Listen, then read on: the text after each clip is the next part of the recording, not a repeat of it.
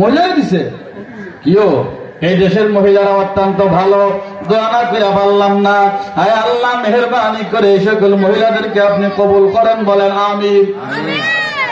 আমিন কইতেন না? জানে মালে বরকত দান করেন, বলেন আমিন।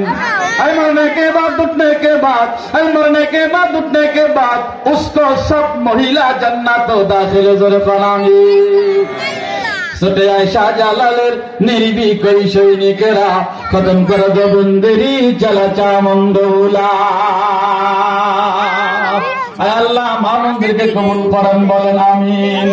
বেহায়া নারীর ওই কেমন কথা, ইসলাম মানি ওদের মাথা ব্যথা। কথাটা ঠিক কিনা? বেহায়া নারীর ওই কেমন কথা, ইসলাম মানি ওদের মাথা ব্যথা।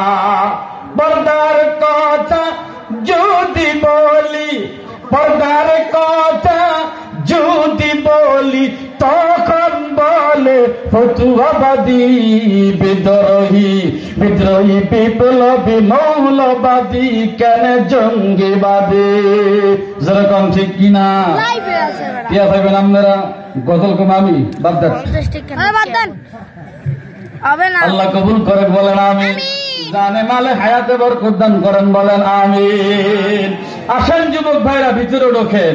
এই দেশটা ইনশাআল্লাহ আল্লাহ পাকের রহমত বরকতে ভরে যাবে ইনশাআল্লাহ। আসেন, এই দেশের যুবকরা আগামী দিনের কান্ডারি। কথা কোন ঠিক না ঠিক? এই দেশের যুবকরা আগামী দিনের ভবিষ্যৎ। কথা বলেন ঠিক না ঠিক?